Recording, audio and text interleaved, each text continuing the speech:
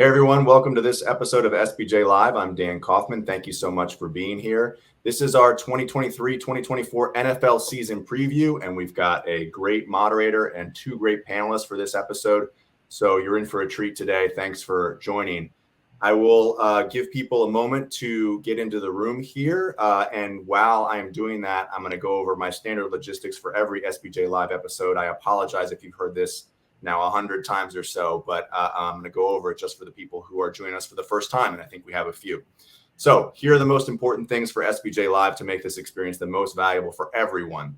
We don't want you just to sit back and watch. We want your engagement and interaction.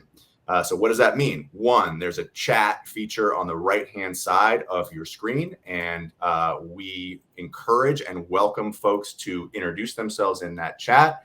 Say where you're coming from and who you are. And if you see people you know who are introducing themselves and you want to say hello, please feel free to do that. So that's one. Two, next to the chat tab, there is a questions tab. That's where we want your questions that you want Ben to make sure to bring up with our guests here. We won't necessarily wait till all the way to the end to get to the questions. Ben may weave them in throughout. And so make sure you put your questions in when they pop into your head. Don't wait. And there's another reason for that, and that's that we allow people to upvote questions that they want to make sure that we get to. So when a question goes in there, anyone in the audience can then upvote the question if they really want to make sure that we get to that question. All right. I see people messaging in the chat already. That's fantastic. Thank you for doing it. It was my pleasure to welcome to SBJ Live Kat Frederick. Kat is the Chief Marketing Officer with the LA Rams. And Brian Friedman. Brian is the Chief Operating Officer with the New York Jets. And moderating the session is SBJ's Ben Fisher. Take it away, Ben. Thanks, Dan.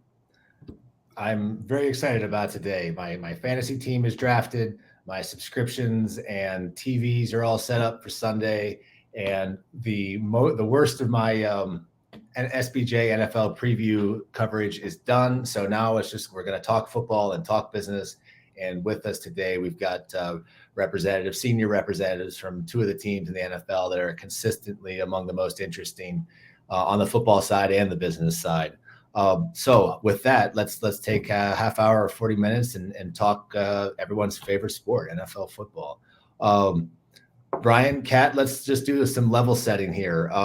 Heading into this season, what are the most exciting things you've got new for fans this year? And that we'll leave that open-ended in terms of in-stadium experiences, digital social, just more wins. You tell me what's got you most excited about this weekend. Kat, you want to start? Happy to. I think there's a lot to be excited about. Certainly coming off a more difficult season, we're certainly back in the lab as we spent the bulk of our off season, and really excited for the future. We have one of the youngest classes going into the season, but I don't think any of us are anxious about that because having taken on the youngest coach who still holds that moniker now, we believe that football is cyclical, and by bringing the best on the field and bringing that to life in Sean and Les we trust on the field, and then off the field, certainly keeping that hope and optimism as we enter the season at an all-time high. We just came off incredible activation this past weekend called Rams on the One, where we were able to hit 4 different beachfront locations, showing off both the best of LA, the best of the Rams from our mariachi rampage, as well as just bringing that great sort of excitement for kickoff as we turn into the season. So really, really excited on all fronts. What about New York? Anything new going on with the Jets? New players? Anything like that? It's been a pretty slow off season, actually. Pretty quiet here. Not much going on. No, it's been a lot of fun. It's been a great off season for sure. We've obviously made some key additions to the team. We're all excited to see that. We had a great training camp here at our facility where the fan base came out. I mean, we maxed out attendance and every open practice, and just the excitement of the fan base was overwhelming.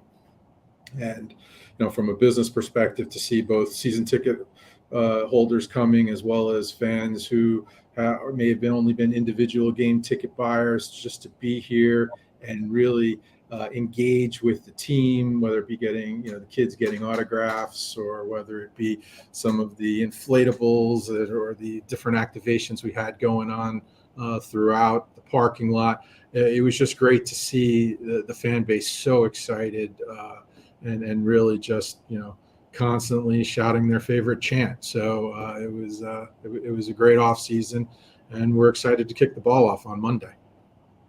Yeah, for sure. It occurs to me that having the Jets and the Rams here in the same conversation is a great time to talk about the challenge everybody has, which is to make sure your fan enthusiasm survives the cyclical nature of the on the field product. Brian, right now talk of division titles and playoff runs and MVP quarterbacks is sort of doing the work for you to a certain extent.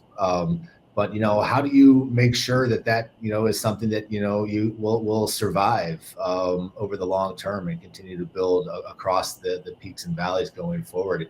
And Kat, I'd be curious to hear your input on that too, given the Rams' highs and lows over the last couple of years. Yeah, well, I mean, yeah, we've certainly been getting some positive press and some a lot of people talking about us both around New York as well as nationally, frankly.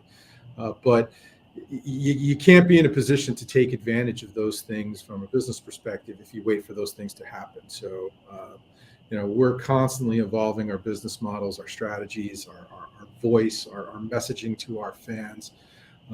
What you're seeing today is the culmination of what has been going on for the last 3-4 years, in fact, effectively post-COVID. Or I should say, a pause for COVID, because some of it started even before that. But you're constantly working on that consumer message. You're constantly working on those consumer strategies for all of your businesses. And the things in place for our box office business didn't just happen because we signed a new quarterback.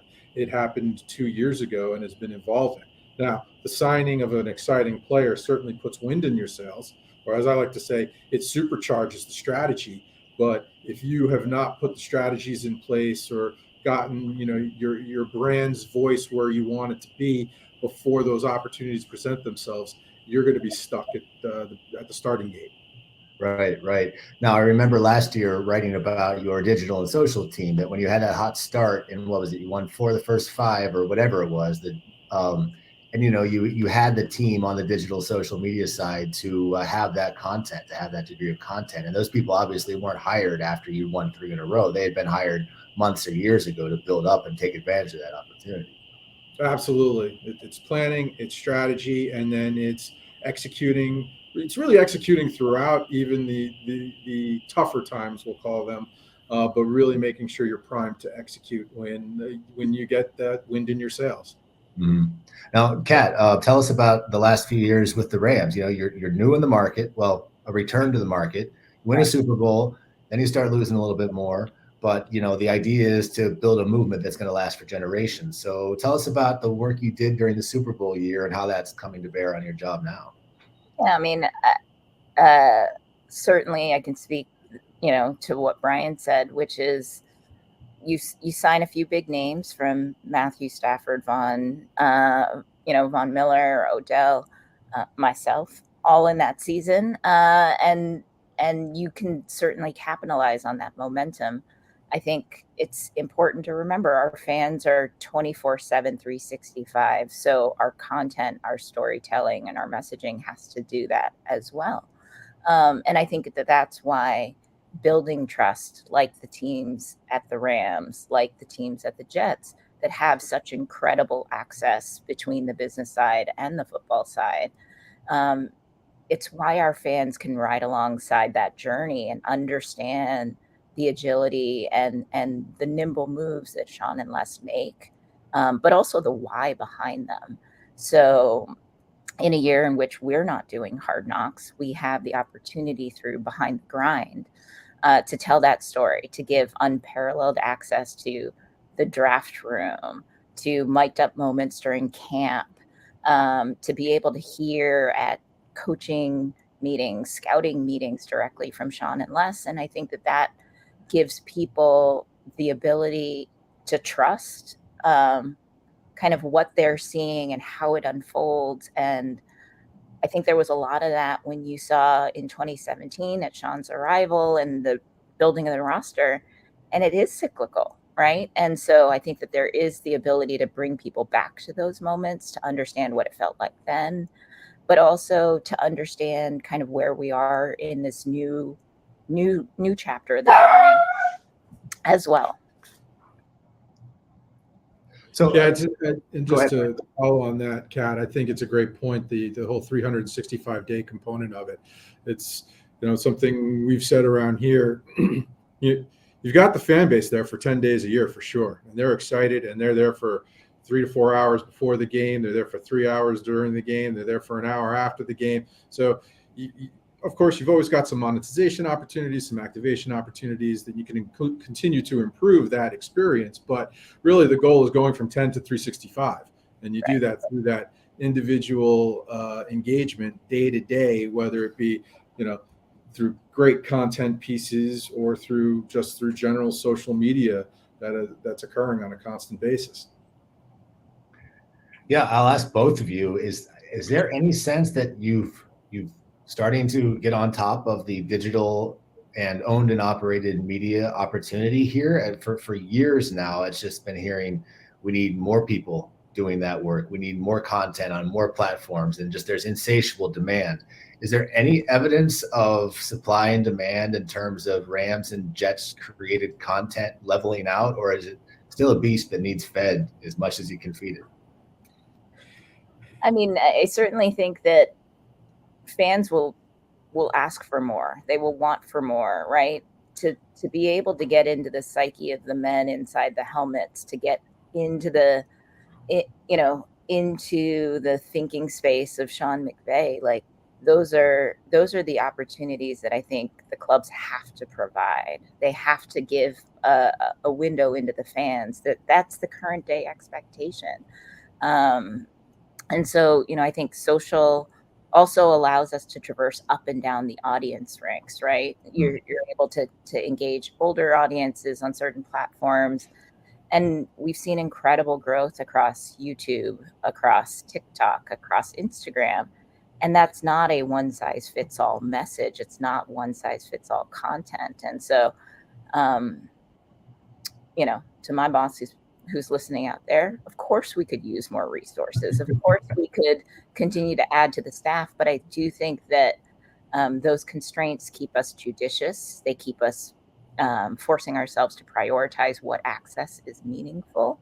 And I do think that that's sort of, from a marketing perspective, from a storytelling perspective, the keys to the castle, which is what access can and should we be providing that give our fans a window into the Rams. Yeah, I think, but I think the growth of the area is just still constant. And I mean, the requests for people, the requests for different technologies, the requests for different opportunities, the request for, the access that Kat was bringing up. And some of this is even coming down from the league as well. I mean, Hard Knocks isn't the only example as the league comes up with, and starts to push NFL Plus. They have their own dynamics that they're trying to push on a team by team level. So there is a thirst for this that is continuing. Every time I think we start to, I don't want to say solve the thirst, but anytime we think that there's a reduction of the thirst, it just expands that much more. Because the expectations continue to elevate. Our one Jets drive, we would argue. I mean, I'll say this amongst the three of us and the handful of and the people amongst us. We think that content's even better than Hard Knocks. So it's great to have this national opportunity, but we expect of ourselves to provide to our fan base that level of production and that level of content on a consistent basis, regardless of whether or not we're doing something on a national scale. Mm-hmm. Yeah, well, I'll give you some cover there. You're not the first person to suggest that one of the challenges strategically for Hard Knocks is that teams are doing HBO level content themselves already, and it's always nice to have that spotlight. But it's not as if that degree of quality doesn't already exist in places. So. Well, and I think in the markets that both of us are in, we have access to best in class production, not only within our own shop, but the incredible cadre of partners, whether it's, we did our draft film with Dakota, which is Josh Duhamel's media production company. And that just felt very organic. It felt very grassroots in terms of leaning into the nexus of Hollywood, entertainment, and sport. And I'll be polite and say that, our level of production and Hard Knocks level of production is equitable. We're at the same levels. Okay. Fair enough. I got to say, I enjoy it so much because I see the strategic theory of this sort of content come to bear in real life. Like just yesterday, a friend of mine who I'm certain has never watched more than 15 minutes of NFL football action in her life sent me the TikTok that was repurposed of the Jets players talking about arranging a trip to see a show on Broadway. And she wants to see an hour of the 24-year-old pro athletes experiencing Broadway for the first time. Like that's one more connection with the culture that everybody's looking for. That was a grand slam on there. So anyway, I've been consistently impressed by the sort of work the teams put out, including your two. So I want to move on a little bit to game day, in-venue expectations and the experience and just the demands put on you both, because we all know it. The couch option gets better and better every passing year.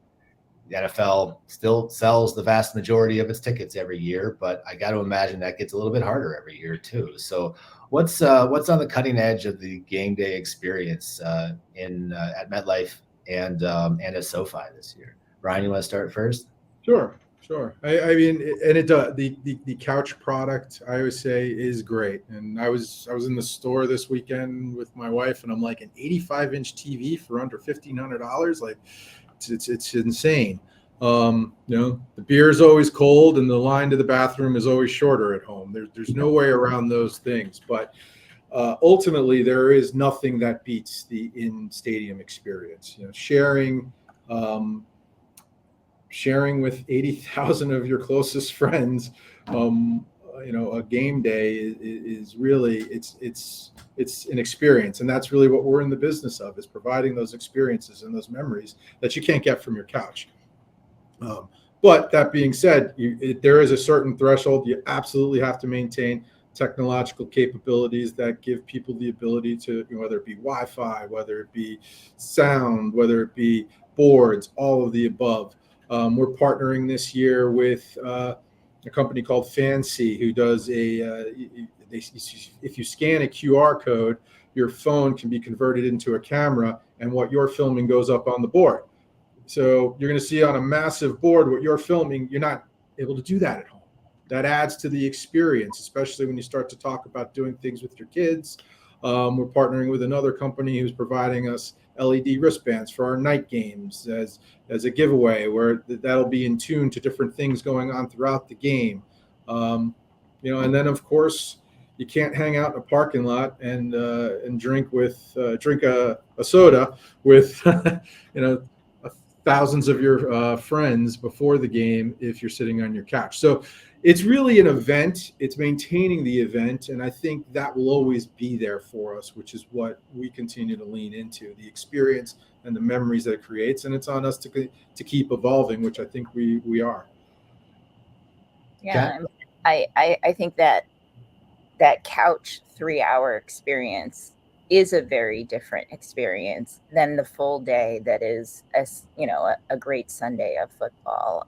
And for that, I think we take roots in the fact that we're fueled in LA, that it is an all day party. It is from the music to the mariachi to Nita Strauss, rocking out on her guitar, to the brand new entertainment stage that's shaped like a Rams house up on the third level of SoFi. I still think that there are plenty of fans that are coming for the grandeur that is SoFi, and really being able to come and enjoy that experience. There's nothing more unique or more acclaimed than our infinity screen, which I do think that brings fans, both casual fans and diehards, directly into that experience. It curates the experience, allows them to not only see what's going on the field, but also what's happening at other games, what's happening in fantasy. And so it is that entertainment hub for us. But it is also the opportunity to have incredible media and entertainment moments. In the last 2 seasons, we were able to help Black Adam premiere, Call of Duty premiere. And so those opportunities in the heart of LA certainly continue to present themselves. But the goal is to, engage fans from the moment that they drive into Inglewood to the moment that the whistle blows, hopefully hearing, the Rams win song on their exits. But certainly a lot happening in innovation as well. I think we've learned that our in-stadium snap lenses are quite the hit, whether it's fans getting slimed virtually on the board for our Nickness game, or being able to rock, coach's headset and his 5 o'clock shadow up on the screen as well. And so lots of stuff that bring fans directly into the game and make them part of the full day experience. Mm-hmm. Mm-hmm. And it sounds like not unlike the social digital in-house media. There's always more you can do. There's always somewhere in the fan experience, and on any given Sunday, they can be a little bit more, a little bit better, a little bit more creatively approached, I'm sure. So that's never-ending work. Anyway, audience, please ask questions. We can talk amongst the three of us as long as you'll have us, but we'd love to get you involved. So put those into the questions tab, and I'll work those into the conversation at some point. I wanted to change gears a little bit into international marketing. I think, the NFL's Global Markets Program, which recently was renamed from its international home marketing areas, so it's a little bit more streamlined brand. One of the most interesting things the NFL is doing over the last couple of years in turning over certain markets to teams, believing that teams are probably a better cutting edge into new territories than the league. Tell me all about that. How much money and resources you're putting into it now, whether you're doing it internally or you're mostly hiring agencies, and most importantly, what you see is a reasonable expectation for that program. Kat, you want to start with your Pacific Rim strategy and the Rams there? Yeah, I mean, for us, we certainly have a real opportunity as being a destination, not only from Latin America, but from the Pacific Rim. And so we've opted in to take marketing rights for Mexico, China, Australia, and New Zealand. And I believe that's just the beginning of our broader international strategy. But we chose to go with an in-house team, really keep that core to who the brand is, really continue to scale globally, but from sort of the strategic insight of being inside. We do that with local agency support on the ground in a couple of those markets. But yes, absolutely. The focus is on growth. We're continuing to add revenue to each of those markets. But it is a fan development play. I think it not only grows the love of the game back here, but also there. And then there's a lot going on in terms of shared appreciation from a culture perspective. Our players have done now several trips from Puebla to Oaxaca, Mexico City, and more. And so looking to really create the extension of our Vamos Rams base as we bring sort of those programs and that culture closer together and really pay reverence for that. And we'll do similarly in the other international markets as well. And just so I'm sorry, Brian, but is it fair to assume that the strategy for Mexico looks similar, just maybe slower in China and Australia, given the time differences and given the market penetration so far there, or are those a totally different game plan? And I do think that one's further ahead, not only for proximity, but because of the priority of the Vamos Rams platform being something that we had invested into Sure. well before we opened up the international marketing rights. And so I think for us, it's really exciting to continue that, but now to have sort of a broader impact, not only here, but south of the border as well. Makes sense. Brian, Jets? I think as you look at some of these international markets, it's amazing at how powerful you sort of realize the NFL brand expands beyond just the borders of the United States. And you see the excitement of the NFL in all of these different places. I think we chose to go across the pond to the United Kingdom. The close ties between New York and London seemed to be a great opportunity for us. So we felt to really expand the brand there, and it's been doing great. We've created lots of different commercial partnerships.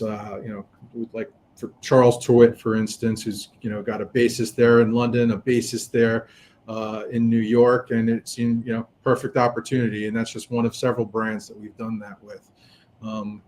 Continuing to expand our media portfolio there, partnering with Sky and things like that.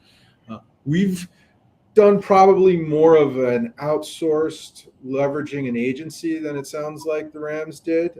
We do have internal resources focused on it, and they are really driving the sales, messaging, and the strategies.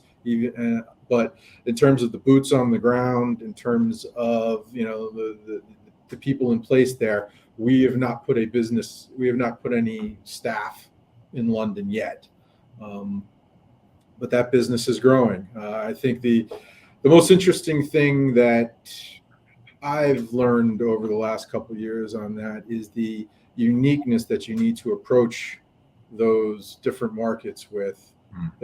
Initially, I think the league, even to a certain extent, thought initially, all right, well, we're just going to take the NFL that exists for us in New York, and we're just going to put it in London, and then we're going to grow it the same way we've grown it. Doesn't quite work that way. You need to really create an individual voice for that area, for that part of the world, and really address their sensibilities in a way that is genuine to the people there. Otherwise, they're going to ignore your brand. So that has really been fueling our growth. We've really taken also a grassroots approach. Focusing on, we just created a girls flag league. We're going into our second season with that, continuing to expand that even beyond London. Bunch of other places, I forget all the names, but I know it's a good hour or two outside of London. And continuing to grow that, and with the help of alumni and with players, going there to represent the brand and to really bring life to the brand in that location. Well, that's interesting to see those two different. Kat, go ahead. I was going to say, Brian brings up an incredibly important point, which is a lot of our work, and I assume a lot of Brian's work internationally, is also focused on youth. It is focused on sort of what are we doing to drum up and instill the interest in football and the fervor for football globally, and how does that then drive the impact we can have here back at home. But I think, as you said, our business has become increasingly digital and social. The impact that I can have at camp is a small fraction of what I can have online. And so making sure that we are serving those markets that are nuanced and those audiences that are nuanced, and really understand where our core growth audiences are, gives us an opportunity to reach them wherever they are, internationally and domestic.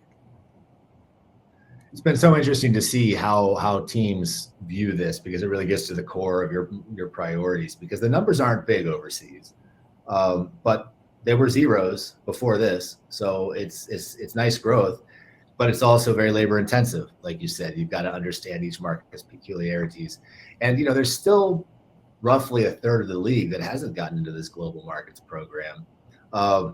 I know you're not really in a position to give advice to other franchises, but what are they missing? I mean, should they? I guess is my question. I wouldn't ever tell any team what they should or shouldn't do. It's really on what each brand's goals are, what each team's goals are, what each owner's goals are. For us, the partnership, the growth and the expansion into the United Kingdom, in London felt like such a natural expansion for us from New York that it just felt right. It felt right for our brand. It felt right for our organization. And it's been a great experience. Kat? Yeah, I think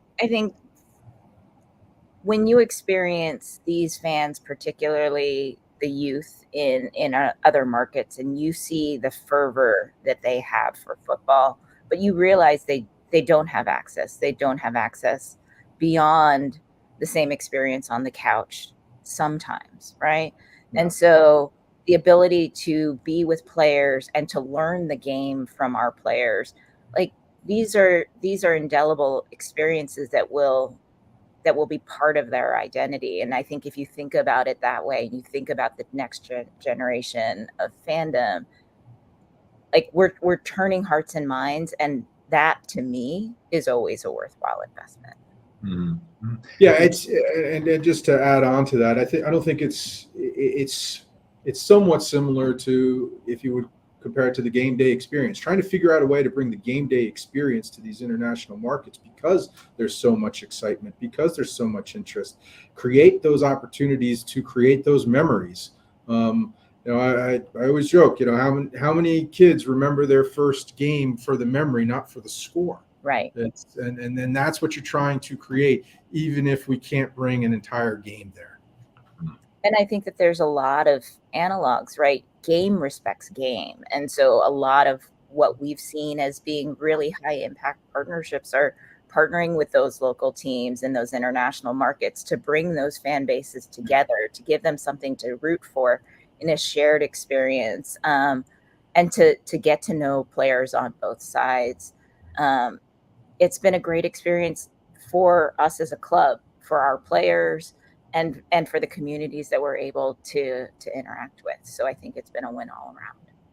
Now, quickly, I want to move on, but quickly for both of you, do you think that it is necessary to play a game at some point in your foreign markets to bring the vision to life, to meet your expectations and your goals? I think it is, and I think our plan is to do that. We've recently played in London, but we certainly do have plans to go back within the next couple of years. Yeah, I think the fan development warrants that as a way to keep this cycle, and really to capitalize on that momentum. I certainly won't speak for Sean in saying pulling off in an Australia, New Zealand would be simple. But certainly Mexico feels like a near-term priority from an international game perspective. Yeah, for sure. Look, we'll set aside the football concerns about the games abroad. I mean, I don't know if we've got the ability to solve those now, but duly noted. Everyone, they prefer predictability and short trips whenever possible. So one question from the audience here that I think is a good one. Going back to the conversations about on-site activations, either before or during each game, what are those you think have the highest or are most effective at driving fan engagement? It's hard to beat a tailgate. Yeah. In terms of like people who don't know one another, but coming together for that sort of common passion. It's one of my favorite experiences to actually interact with those fans and see what brings them there, but also what brings them together. But I think that's been the history of the tailgate. It's not necessarily new. No, but I suppose there's always ways the teams can try to accentuate and improve that experience. So, Yeah, Right. I mean, I would agree. The tailgate is fantastic, and like one of the things we're doing this year is we've created a tailgate zone that's going to have a college game day pregame show to it. So, bringing fans closer so that they can see, our pregame interviewers or any alumni that are coming back, or the occasional active player if we can pry them away for the locker room for 5 minutes. Along with all these additional activation opportunities within this zone, cornered by, of course, Bud Light, because any good tailgate needs to have, that opportunity. But just that ability to interact and engage with the brand on so many different levels, physically, and to see enjoyable content being creative, and see your face on another big screen out in the parking lots. That's the type of things that we're finding success with. Yeah, I think we continue to make evolutionary updates to that game day experience. One thing we did this year is we pulled out the stage, and so our activations in American Airlines Plaza are far more sort of individually fan focused rather than presenting a show at this point. You can tune in to our pregame show, but it gives us the opportunity to get more fans, through things like face paint and through sort of ramifying their experience on game day through Ramped Up. There's also an entire kid zone, which we call Ramsland, which allows for sort of the youngers and the littles to really get their game day experience started as well. It's hard to be in LA without a great DJ. And so there's certainly those kinds of activations throughout the experience leading into the game. And then obviously being able to drop in incredible entertainment nuggets throughout the experience. Last year, we were able to bring Ozzy Osbourne in for a halftime performance right before he took himself back to the UK. So those are the types of experiences we hope are kind of that allow to break through the noise and give people a unique experience they can only get at SoFi. Great, thanks. So we've been on this call for half an hour now. We haven't talked about media rights much. I know that's more of a league issue, but a good question has come in that sort of ties them together. Sunday Ticket's now on YouTube. It's a streamer. It's a place where the kids are already. So here's the question, what are some new functionalities or activation opportunities you're exploring this year and over the next few years that are enabled by the YouTube Sunday Ticket partnership? Too early to say for teams, or you've got ideas in mind? I think we have ideas, but it is a little early, till we see how they execute. I think the YouTube opportunity is really jumping on that sort of individual engagement opportunity and leveraging that to really allow the fan to not only get the content streaming that they want, but really engage with the teams that they want to on a one-to-one basis. It's all about that one-to-one relationship, which I think the YouTube deal flows into nicely. Yeah, I would say from my end, it's probably too early to divulge kind of what we're cooking up as potential opportunities. But, I think one of the things that YouTube certainly lends itself to is something that we want to capitalize on in LA, which is those sort of that creator universe. And we've been doing work with a number of creators for years, but bringing YouTube formally into a Sunday Creators program certainly gives us an opportunity to think through new incarnations of having other people tell the story of what it's like to experience the brand. That's really interesting. You're right. YouTube is so much more than just a media rights holder. It's a sponsor. It seems to be pretty active as a sponsor so far. And there's a lot of different things you can do in that world. So it'd be interesting to see how that deal develops. Speaking of that, there's just it's more complicated to watch football than it used to be. There's 2 of the 6 rights packages are with streamers. There's more different TV windows. Brian, you all are hosting a game on Black Friday, which is new. Do you feel like you've got to do more educating with fans about tune-ins, or do they find the games? Is the NFL that popular that figures itself out, even though things are different than they have been? I think we're lucky to be in sort of tech-savvy markets. For the most part, our fans know they can come directly to us, and we will point them where they need to go. It's been a lot of our fans are cord cutters, and so they expect to be jumping around to understand where they can catch us. But I do think a lot of it comes to how do we train and educate our fans? Where do you come to us? How do we push it out at the right time? How is that fan journey well understood and well articulated from our end?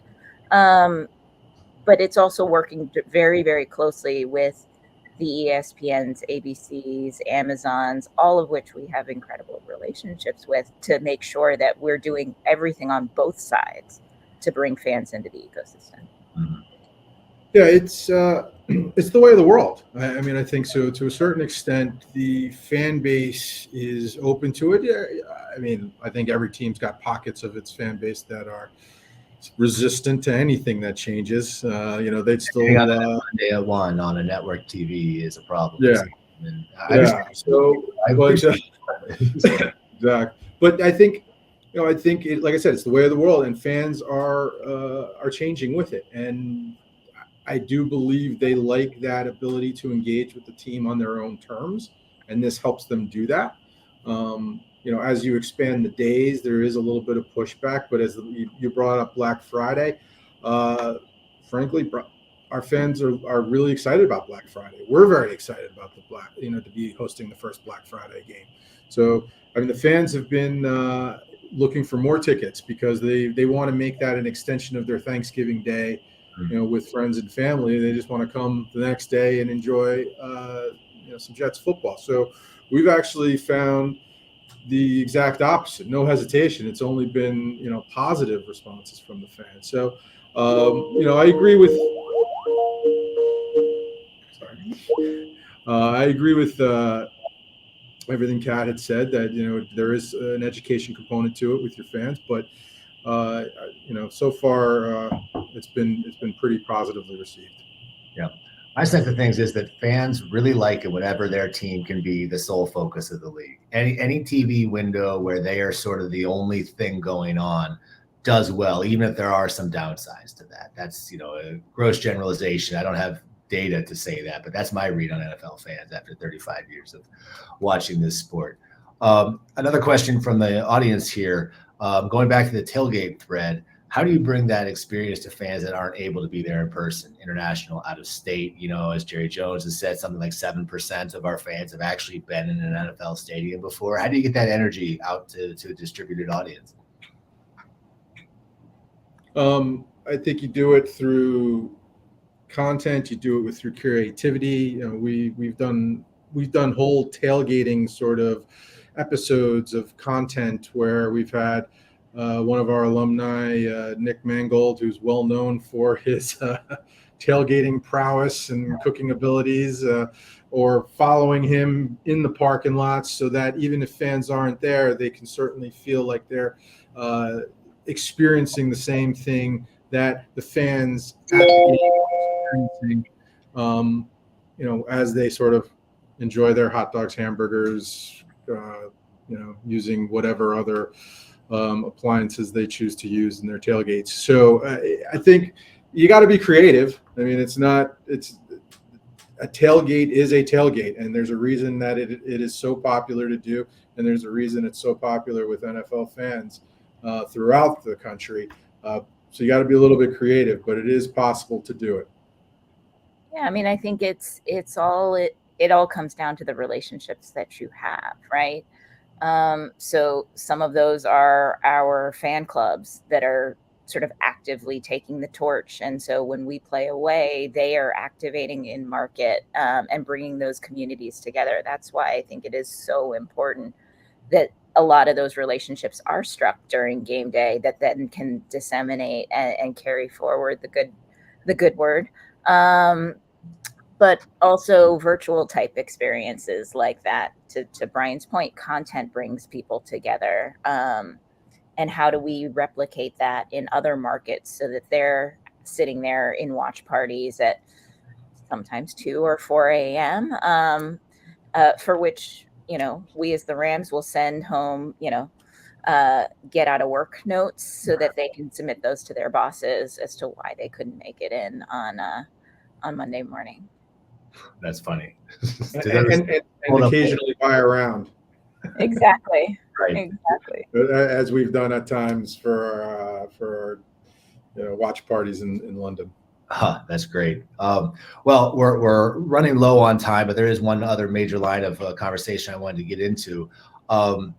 Recently the conventional wisdom in the American economy is that maybe we're not going to have a recession, or maybe things aren't as bad. But for a lot of the off-season cycle for the NFL, it was sort of well known that we were in a bit of a downswing economically, some layoffs in certain sectors, maybe more so in LA than New York. But I guess what I'm building up to here is, how was this cycle in terms of ticket and sponsorship and suite sales? Obviously, the NFL is extraordinarily strong, but there was some reason to doubt corporate spending over the last 6 to 9 months. How do we net out as we head into the season?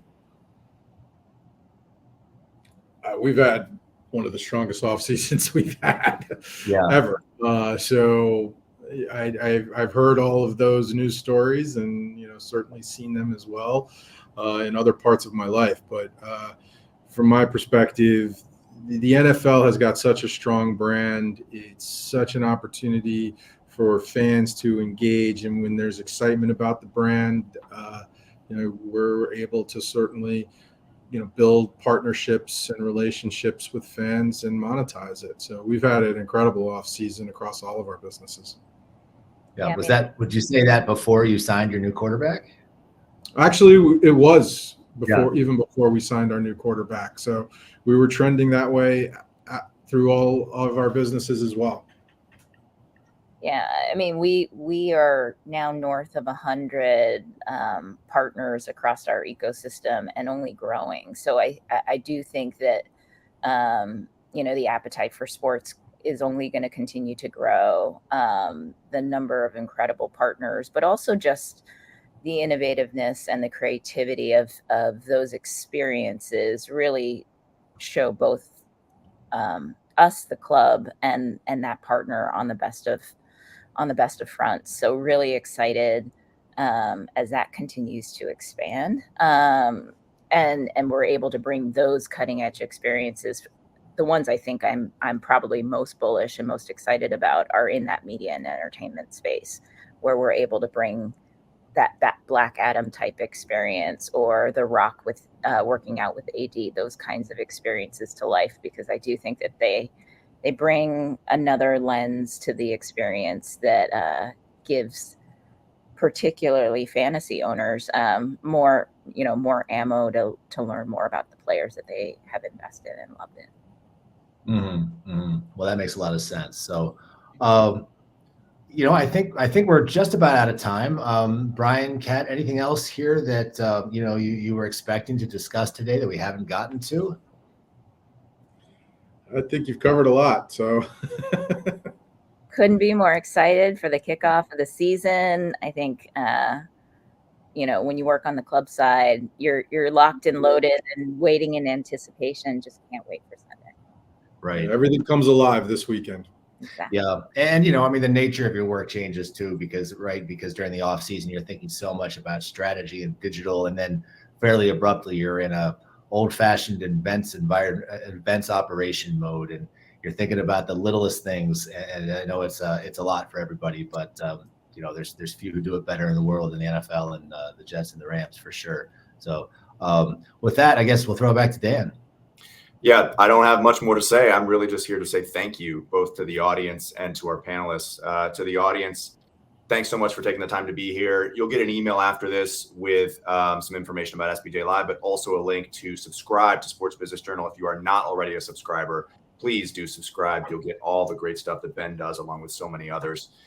Kat and Brian, we literally could not do this without you. Best of luck to the season. Thank you so much for taking the time. Have a great day, everyone. Thank you.